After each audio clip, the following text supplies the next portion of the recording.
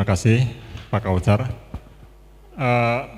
Mungkin dari presentasi yang sudah disampaikan Pak Kautsar dan dari makalah yang Bapak Ibu bisa baca juga, paling tidak yang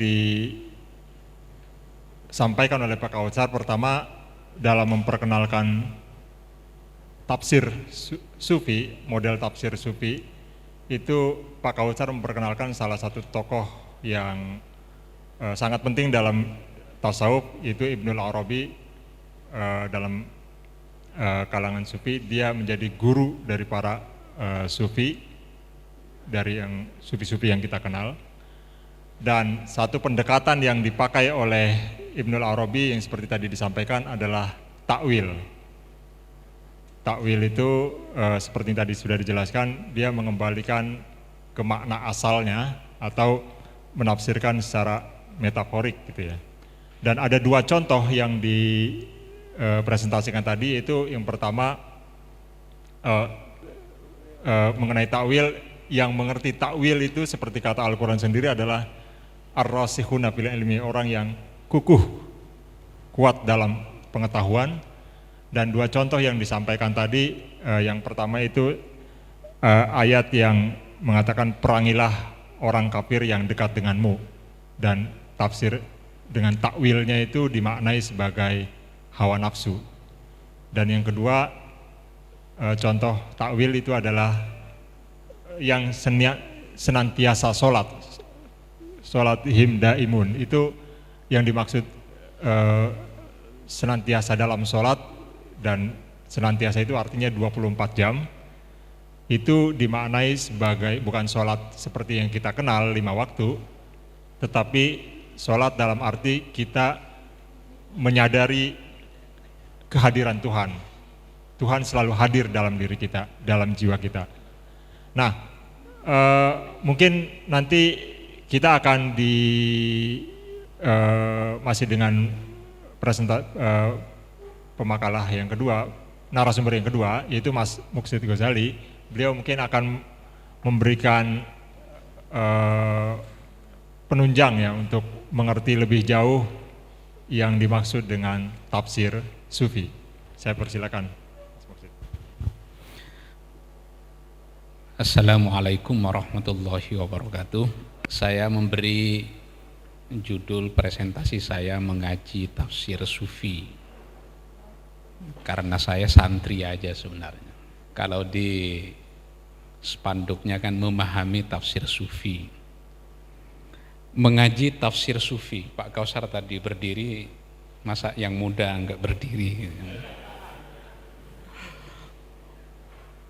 Dimulai dari pengertian, karena saya khawatir banyak yang tidak cukup akrab dengan studi-studi tafsir. Karena itu saya mulai dengan pembicaraan mengenai pengertian tafsir Sufi.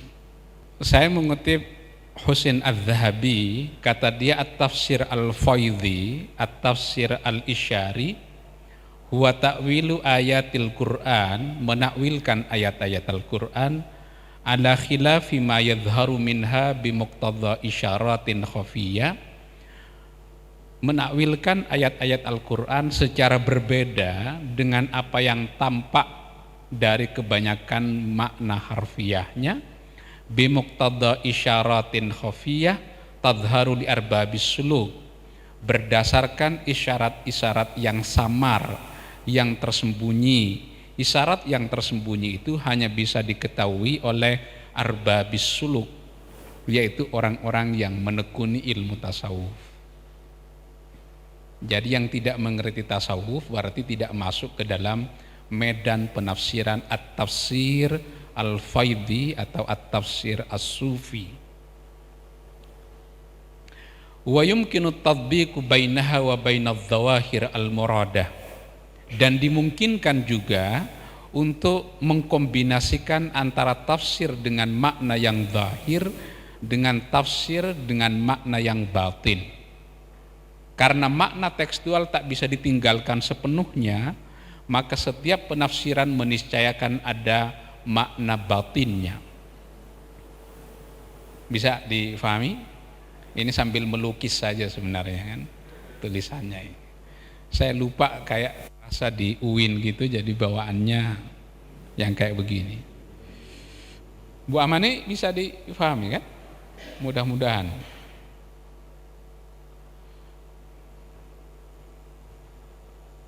Apa yang menjadi dasar dari tafsir sufi, tafsir isyari ini? Waddalilu ala dzalika qaulun Nabi sallallahu alaihi wasallam, yang menjadi dalilnya adalah sabda Nabi. Kata Nabi, lahu dhahrun wa batnun. Ayat Al-Qur'an memiliki aspek zahir dan aspek batin. Fadhahiruhu hikmatun wa batinuhu amikun. Makna zahirnya mengandung hikmah, maknanya memiliki kedalaman yang luar biasa. Wa qala aidan inna lil qur'ani dhahran wa batnan wa li batnihi batnan ila sab'ati abtun. Setiap Al-Qur'an memiliki makna zahir dan memiliki makna batin. Dan makna batin itu memiliki beragam lapis lagi. Disebutkan di sini sampai pada 7 lapis makna batin. Jalaluddin As-Suyuti berkata bahwa makna batin itu bisa sampai kepada 70.200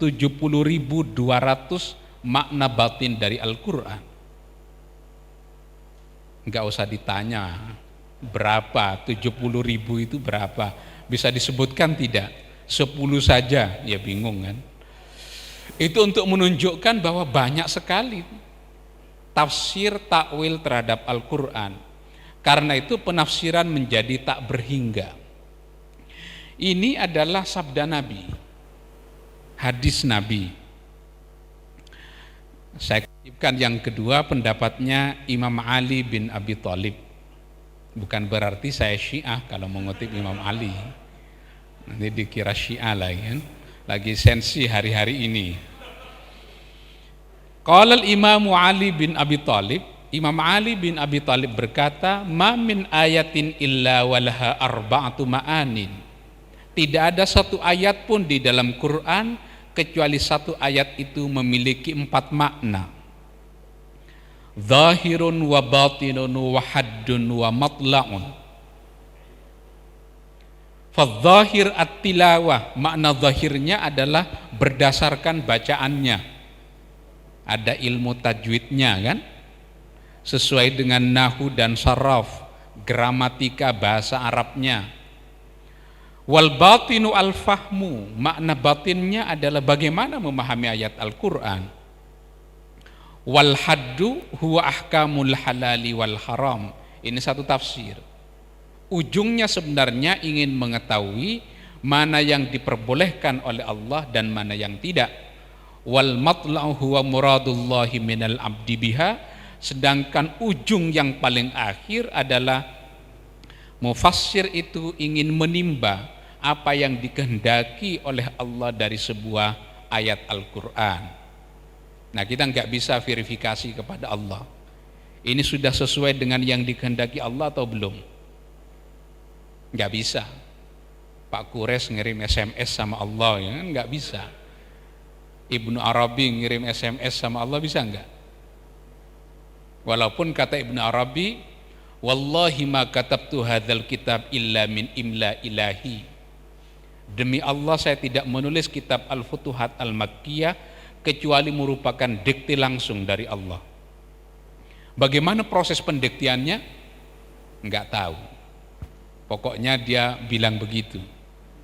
Itu 8 jilid hasil dikte Allah kepada Ibnu Arabi. Sama nanti dengan perkataan Imam Abu Hamid Muhammad bin Muhammad Al-Ghazali. Kata dia, tidak ada satu hadis pun di dalam kitab Ihya Ulumuddin yang saya tidak tanyakan langsung kepada Nabi. Bayangin, 500 tahun Imam Ghazali itu setelah Nabi. Tapi kata Imam Ghazali, tidak ada satu hadis yang tidak saya tanyakan kepada Nabi. Di dalam kitab Ihya ada 467 hadis. Berarti berapa kali Al-Ghazali bolak-balik nanya, ini benar yang dikatakan oleh Nabi, benar enggak? Itu nanya langsung, karena kalau menggunakan studi hadis agak berat. Sanadnya diteliti ini. Gara-gara saya yang menjadi perawi hadisnya, maka hadis itu mengalami devaluasi harga. Perawinya tidak kredibel. Padahal hadis itu benar dari Nabi, tapi karena perawinya tidak kredibel, jatuh harganya. Karena itu para sufi menempuh cara kasyaf, bertanya langsung kepada Nabi, benar nggak sampean? Kalau dia orang Jawa, ya, benar nggak sampean bicara begini? Kata Nabi benar, itu kan gara-gara dia jatuh hadis ini. Saya nggak bisa nanya langsung pada Nabi, nggak tahu kalau Pak Kausar bisa nanya. Qala Ja'far As-Shadiq, banyak syiahnya ya kutipannya ya. Ja'far As-Shadiq, kata dia, innallaha 'allama nabiyahu at-tanzila wa ta'wil. Allah mengajarkan Nabi Muhammad tanzil dan ta'wil, Quran lengkap dengan takwilnya. Wa fa'allamahu Rasulullah Aliyan, kemudian Rasulullah mengajarkan kepada Sayyidina Ali takwil dari ayat Al-Quran itu. Tapi ini takwil yang diberikan oleh Nabi kepada sahabat-sahabat terdekatnya tidak diedarkan secara luas, hanya di lingkungan yang terbatas. Ya kayak NCMS inilah. Kalau tafsirnya Pak Kausar tadi disebar di Tanah Abang tentang makna salat, bisa terkena fatwa Majelis Ulama Indonesia ya. Karena itu di lingkungan yang terbatas, sama dengan Nabi mengidarkan tafsir-tafsir tentu di lingkungan para sahabatnya secara terbatas. Karena tidak seluruh ilmu itu bisa dikunyah dengan mudah oleh orang awam. Mahasiswa S3 baru ketemu satu pendapat Ibnu Arabi langsung disebarin di khutbah Jumat, ya repot juga.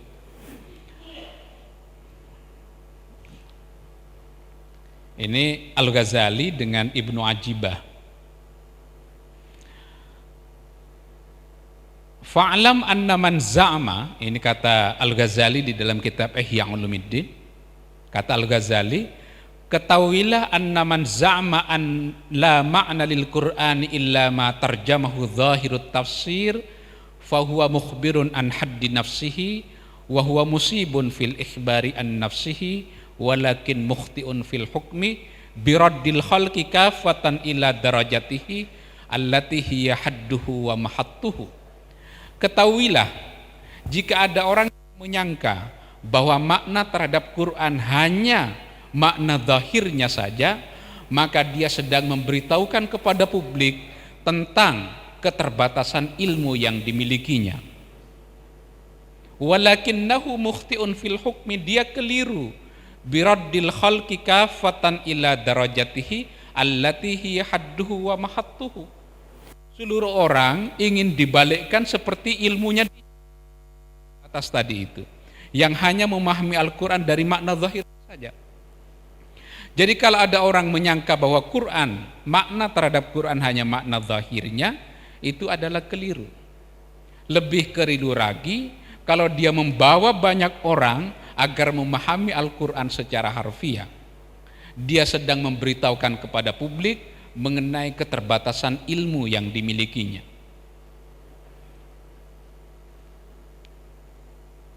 Balil akhbaru wal athar tadullu ala anna fi ma'anil Qur'an muttasi'an li arbabil fahm. Makna-makna Al-Quran itu luas sekali.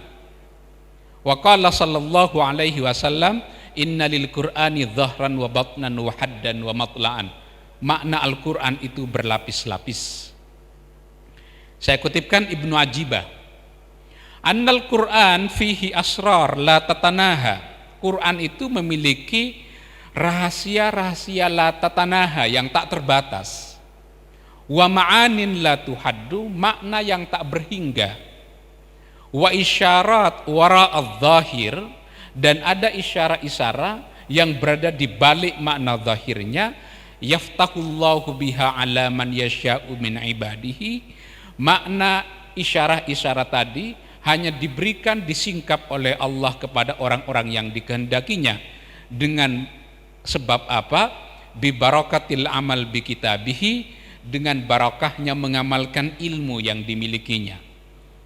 Karena katanya fa inna man amila bima alima, orang yang mengamalkan ilmu yang diketahuinya, warrathahullahu ilma ma lam ya'lam, maka Allah akan mengajarkan ilmu tanpa seorang guru, karena gurunya langsung Allah. Tahu jujur, langsung diamalkan jujur. Dari mana Pak? Kata istrinya. Enggak, ini dari UIN, padahal tidak dari UIN. Itu enggak bisa. Dapat ilmu begini enggak bisa. Pernyataan Ibnu Ajibah lagi. Kata dia, wa'lam annal Qur'an al-azim lahu zahirun li ahli zahir. Al-Quran memang memiliki makna zahir, itu bisa disingkap oleh orang yang hanya bisa menjangkau kepada makna zahirnya. Wa batinun li ahli batin, makna batin diketahui oleh orang yang menekuni dunia batin. Wa tafsiru ahlil batin la yadzukuhu illa ahlul batin, tafsir batini tidak bisa diketahui oleh orang lain kecuali oleh orang yang menekuni ilmu batin. La yafhamuhu ghairuhum wa la yadzukuhu siwakum, tidak ada yang bisa memahami kecuali yang ahlul batin tadi itu. Wa la yasihhu dzikruhu illa ba'da takririz zahir thumma yushiru ila ilmil batin bi ibaratin raqiqah wa isyaratin raqiqah. Ini sambil latihan listening aja sebenarnya. Makna zahirnya ditangkap terlebih dahulu, kemudian dibawa kepada makna batinnya. Jadi bukan langsung tembus kepada makna batin, dimulai dulu makna zahirnya apa, lalu dibawa kepada makna batinnya. Faman lam yablu fahmuhu lidzauqi tilkal asrar, orang yang tidak sampai perasaannya, nuraninya untuk menyingkap makna batin itu, fal yuslim, pasrah saja. Oh, ilmu saya nggak nyampe, diam saja. Jadi kalau Pak Kausar tadi menjelaskan makna sholat, kok nggak nyampe rasanya, udah pasrah saja sama Pak Kausar. Wala yubadir bil ingkar, jangan segera ingkar terhadap apa yang dikatakan Ibnu Arabi. Fa inna ilmal adwaq min wara'i tawril uqul wala yudraku bitawatirin nukul. Ilmu yang diperoleh dengan nurani, pemberian langsung dari Allah, itu berada beyond, di belakang akal. Wala yudraku bitawatirin nukul, dan tidak bisa ditangkap dengan penjelasan ilmu-ilmu yang terwariskan di dalam buku-buku yang tersebar di lingkungan umat Islam. Jadi kulaannya langsung dari Allah. Kalau ditanya referensinya dari mana, pasti bingung. Lihat tulisan Ibnu Arabi, mana referensinya? Karena langsung dikte dari Allah. Itu kan agak mirip dengan Gus Dur menjelaskan mengenai Wali Songo, kuburan ini, pernah ketemu ini, keturunannya ini. Ditanya referensinya mana Gus? Enggak ada. Bisa menjadi bagian dari pengetahuan itu. Ini Ibnu Ajibah. Ibnu Ajibah ini abad ke 13 Hijriah. Sekarang masuk abad ke abad ke 19 dari Maroko. Ibnu Ajibah ini gurunya orang buta huruf, tidak bisa membaca dan tidak bisa menulis, tapi dia sampai kepada Allah. Jadi jangan dikira orang yang alim di ilmu tasawuf dia sufi, dan jangan dikira orang yang tidak tahu teori-teori tasawuf dia bukan sufi. Salah satu adalah gurunya Ibnu Ajibah. Buta huruf, tidak bisa membaca dan tidak bisa menulis, tapi murid-muridnya itu yang mencatatkan apa yang dikatakan oleh Ibnu Ajibah. Maka lahir banyak sekali karya dari orang yang buta huruf ini. Bagaimana cara dia memperoleh ilmunya? Dia bercerita begini. Idza aradtu an natakallama fit tafsiri aw ghairihi, kalau ingin membuat sebuah tafsir, nashra'u fil kalam, aku ngomong aja. Thumma nagibu, tiba-tiba aku merasa hilang. Fakuntu nahussu bil kalam, lalu keluar sebuah untayan kata-kata dari lisanku. Yakhruju minni min ghairi ikhtiar, Kata-kata yang keluar dari lisanku itu min ghairi ikhtiyar, tanpa saya usahakan, tanpa ada upaya, keluar saja kata-kata itu. Ka'annahu as-sahab, seperti awan saja yang keluar dari lisanku. Fatasduru minni ulumun hikamun, maka keluarlah untayan-untayan hikmah dan ilmu pengetahuan. Gimana? Bisa nggak Pak Sulhan kayak begini? Ini Ibnu Ajib jadi banyak. Tapi yang buta huruf itu kan gurunya, bukan Ibnu Ajibanya. Ini Ib'adul Humam an Iqadhil Humam fi Syarhil Hikam. Syarahnya kitab Hikam. Ini yang tadi lapis makna itu. Zahir, batin, had dan matla. Berlapis-lapis. Apa intinya? Mungkin gak ada intinya, kayak kulit bawang itu. Disingkap lagi, loh intinya mana? Karena itu penafsiran terhadap Quran ya tak berhingga.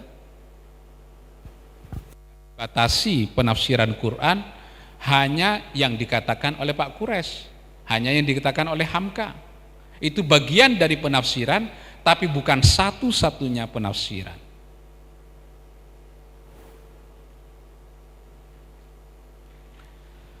Apa bedanya tafsir sufi isyari dengan tafsir nadhari?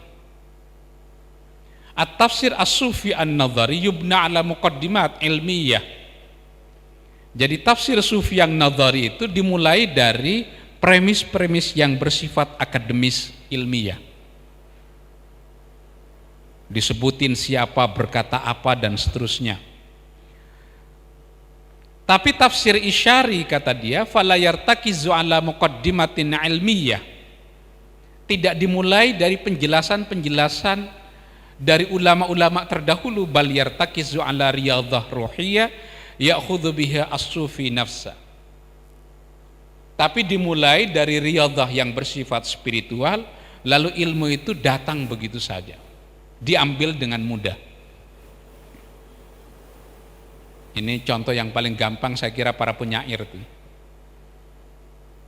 itu inspirasi kan manusia tidak bisa merekayasa kapan inspirasi itu akan datang. Sudah duduk di depan komputer mau ngetik, membuat puisi, membuat novel, nggak keluar apa-apa. Tapi kadang-kadang lagi nyetir dihunjamkan wahyu puisi oleh Allah. Dia harus minggir, nyari parkir, ketik dulu.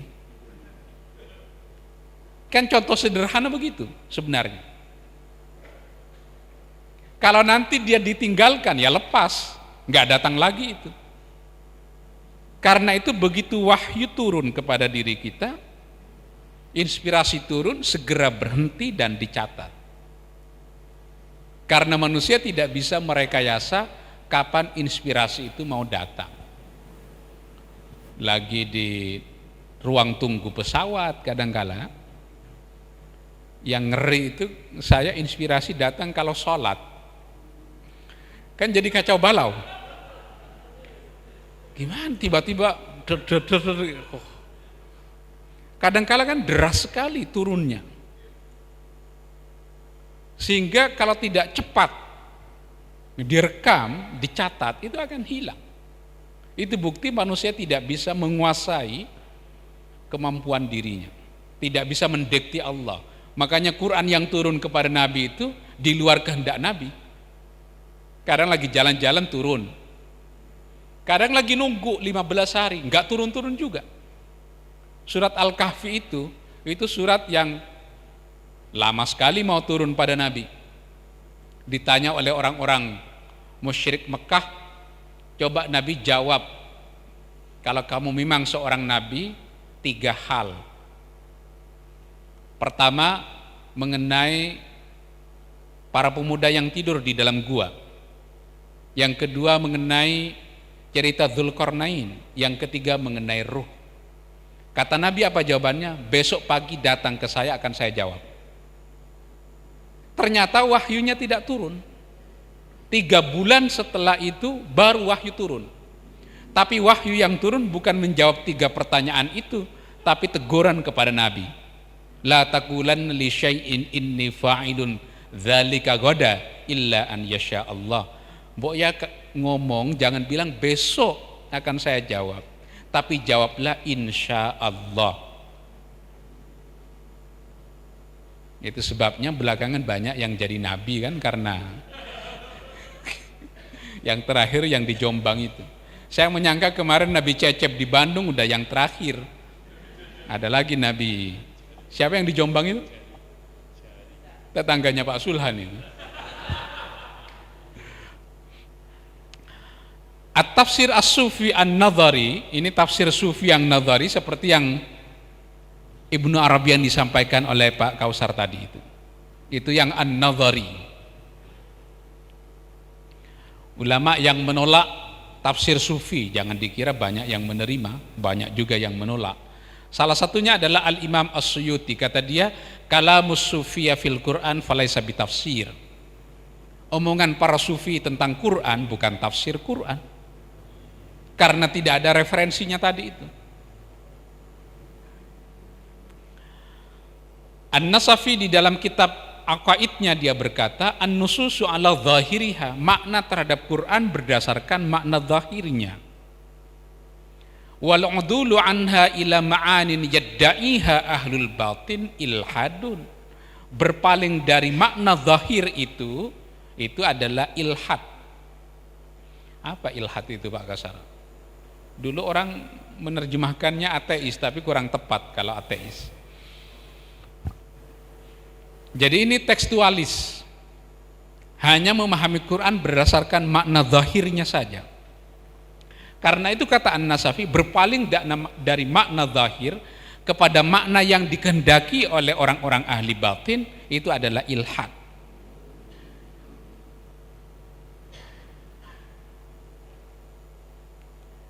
Fa in kana qad i'taqada anna dzalika tafsirun faqad kafara.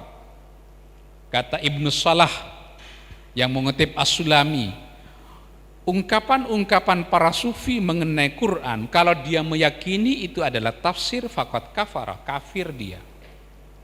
Tapi untungnya kita diselamatkan Pak Kausar tadi, makna kafir itu banyak sekali. Jangan cepat pesimis. Para petani saja di dalam Quran disebut sebagai kafir. Kamatsali ghaithin a'jabal kuffara nabatuh. Para petani yang menutup benih dengan tanah itu adalah kafir, karena kafir itu adalah yang menutup. Cover buku disebut cover karena dia menutup isinya. Makanya cover dalam bahasa Inggris itu dari bahasa Arab. Katanya sih ngarang, tapi mungkin ngarang. Itu kayak kata almarhum Cak Nur, satu kata yang disumbangkan orang-orang Nusantara terhadap Quran adalah kata kafur yang tercantum di dalam Quran. Fakana mizajuha kafura. Tidak ada di Timur Tengah kata kafur itu. Karena itu kata kafur dipinjam oleh Allah dari bumi Nusantara ini, karena Allah tahu nanti umat Islam akan banyak di Nusantara, satu aja sudah cukup representatif untuk masuk ke dalam batang tubuh Al-Quran. Fakana mizajuha kafura. Kalau Persia lebih banyak lagi. Makanya ada judul buku namanya Al-Alfat Ad-Dakhila fi Wasfi Ayatil Jannah. Kata-kata non-Arab dari Persia mengenai perumpamaan-perumpamaan sorga masuk ke dalam Quran. Bukan bahasa Arab, Persia. Firdaus, Aden, Jahannam, banyak sekali. Jadi Persia juga menyumbang banyak terhadap perbendaharaan kata di dalam Quran. Ini kan untuk kalangan terbatas kan, ahlul batin. Kalau ahli zahir kan di luar. Oke. Karena itu ada ulama yang membuat persyaratan, tafsir sufi bisa diterima kalau memenuhi persyaratan ini.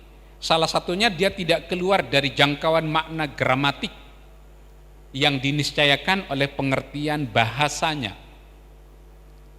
Makanya dahulu tafsir batin banyak yang ditolak. Tafsir batin diasosiasikan dengan tafsirnya kelompok Ithna Asyariyah dan kelompok Syiah Ismailiyah. Makanya sebagian orang memisahkan antara tafsir batini dengan tafsir sufi. Harus ada penjelasan dari yang lain, jadi tidak boleh bertentangan dengan akal sepenuhnya. Betapapun liarnya sebuah penafsiran, baik dia yang sufi isyari maupun sufi yang falsafi, yang nadari, harus berada di dalam jangkauan akal manusia. Ini persyaratan yang dibikin oleh para ulama belakangan. Karena itu menarik tafsir yang dikembangkan oleh Ibnu Rushd. Kalau tadi Pak Kausar Ibnu Arabi. Ibnu Rushd di dalam kitab Faslul Maqal Fima Bainal Hikmati Wasyari'ati Minal Ittisal, halaman 19 baris ketiga dari atas. Kata Ibnu Rushd, anna syari'ata idza nataqat bihi, saya hafal. Anna syari'ata idza nataqat bihi fala yakhlu imma ayyakuna muwafiqan lima adda ilaihil burhan au mukhalifan bihi. Fa in kana muwafiqan fala qaula hunalik. Tapi wa in kana mukhalifan tuliba hunalika ta'wiluhu. Syariat itu ada dua, ada syariat yang sesuai dengan akal, kalau itu tidak ada masalah. Ada syariat yang bertentangan dengan akal, kalau bertentangan dengan akal tuliba hunalika ta'wiluhu, maka syariat itu harus ditakwilkan. Harus ditakwilkan. Ini Ibnu Rushd, filosof dia, tapi tidak dikenal sebagai sufi, dikenal sebagai filosof. Ini kitab-kitab tafsir yang bercorak isyari, yang bercorak sufi isyari.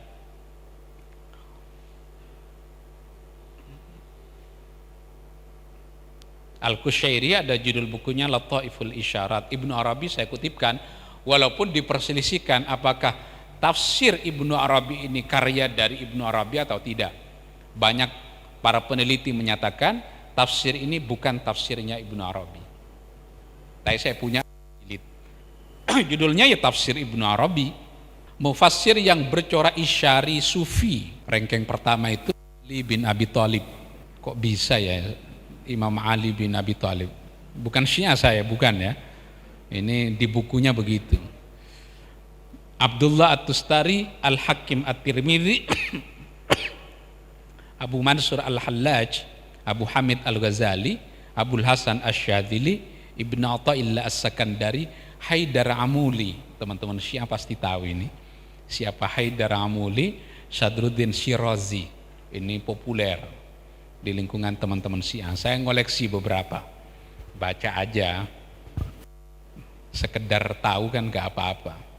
Seperti saya ngoleksi buku-buku tafsirnya Ahmadiyah, buku-buku tafsirnya Mirza Ghulam Ahmad.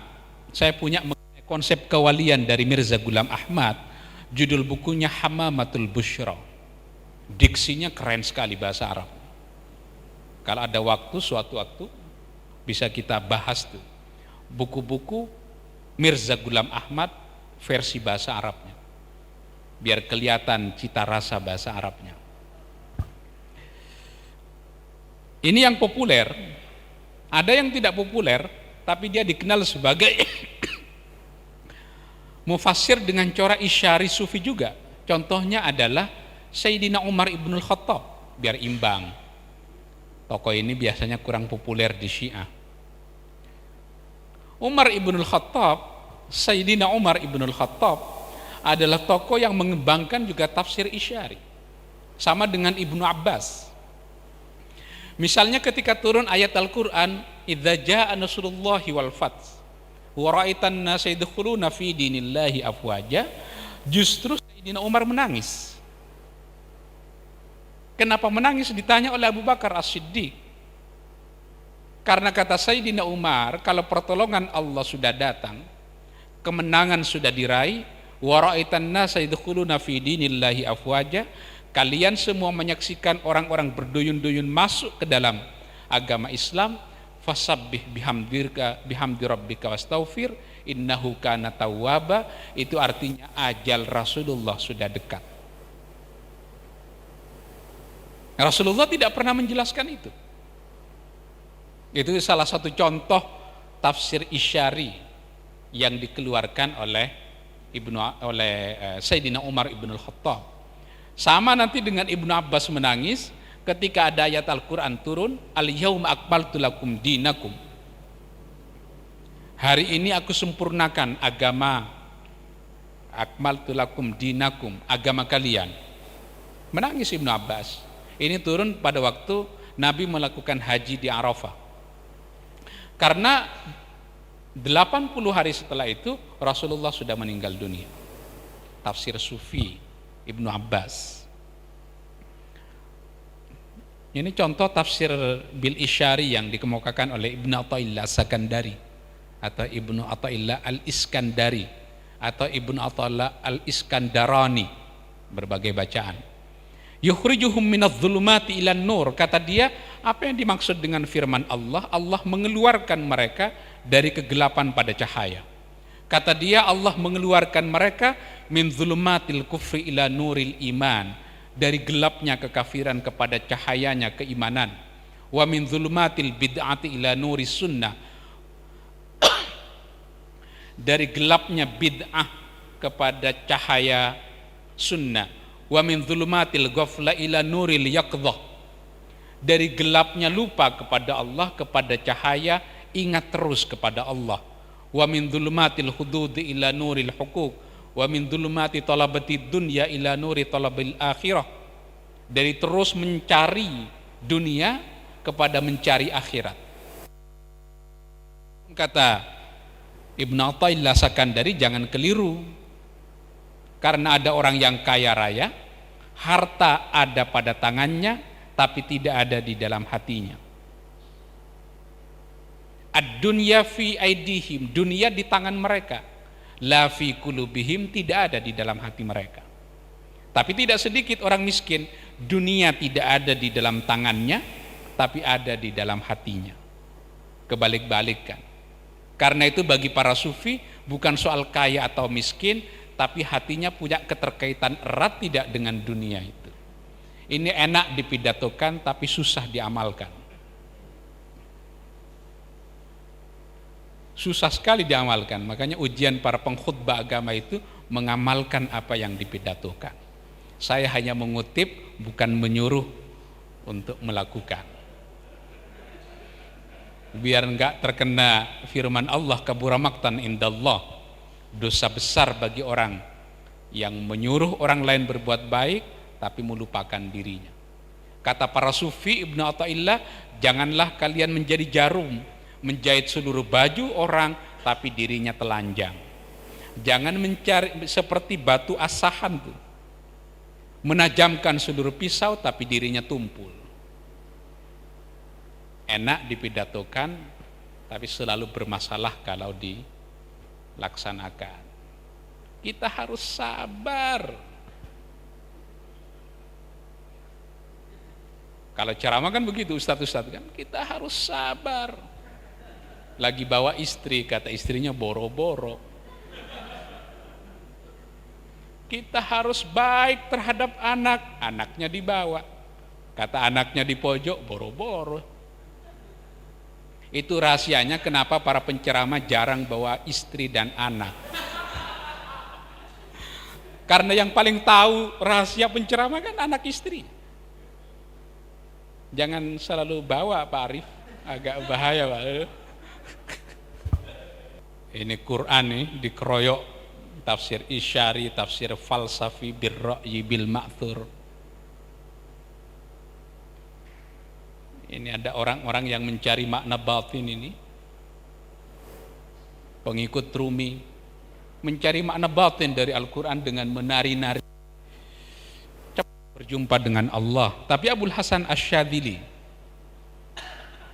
yang mendirikan tarekat Syadziliyah, Ibnu Athaillah Sakandari adalah mursyid yang ketiga.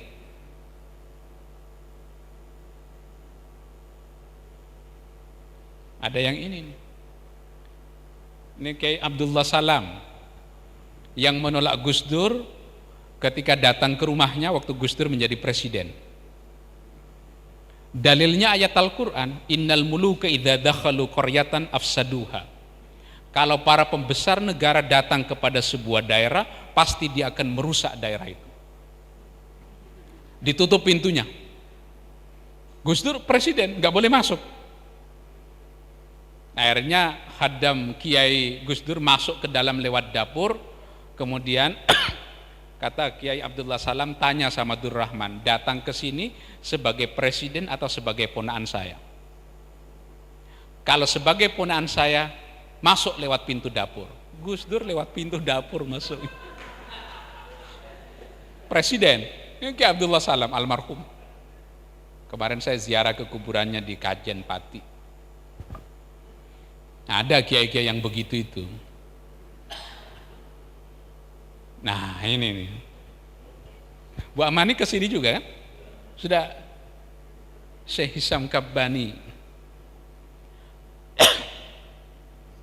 Ciri-ciri tarekat Syadziliyah biasanya dekat pada kekuasaan. Salah satu aja contohnya nih, Pak Arif ya, jangan banyak-banyak.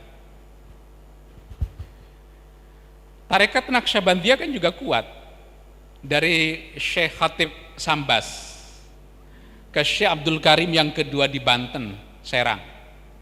Tapi karena model untuk menjadi murid tarekat Syekh Abdul Karim, dicek dulu, nggak bisa sekarang datang sekarang ditalkin tarekat, dipegang dulu dadanya, belum sanggup. Udah 3 bulan lagi nanti kamu kesini, dicek lagi. Nggak bisa lagi, dicek lagi, nggak bisa lagi. Untungnya ada Kiai Talha Cirebon, ada Abah Sepuh Suryalaya yang menalkin tarekat secara masif, terstruktur dan sistematis. Akhirnya tersebar di mana-mana Naqsyabandiyah Qadiriyah itu. Karena orang tidak dicek lagi dadanya, sudah pantas nggak menjadi murid tarekat. Nah akhirnya udah anak kecil ikut ditalkin semua. Walaupun belakangan sepeninggal Abah Anum jadi pecah kan. Ini agak miris sebenarnya Pak Kausar. Organisasi sufi pecah. Ada tarekat tandingannya kan, ngeri kayak begini, ngeri. Mestinya nggak boleh terjadi kan, idealnya nggak terjadi. Kalau partai ada 2 kepengurusan kita paham.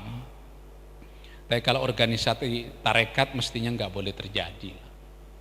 Saya kira itu sebagai pengantar. Assalamualaikum warahmatullahi wabarakatuh.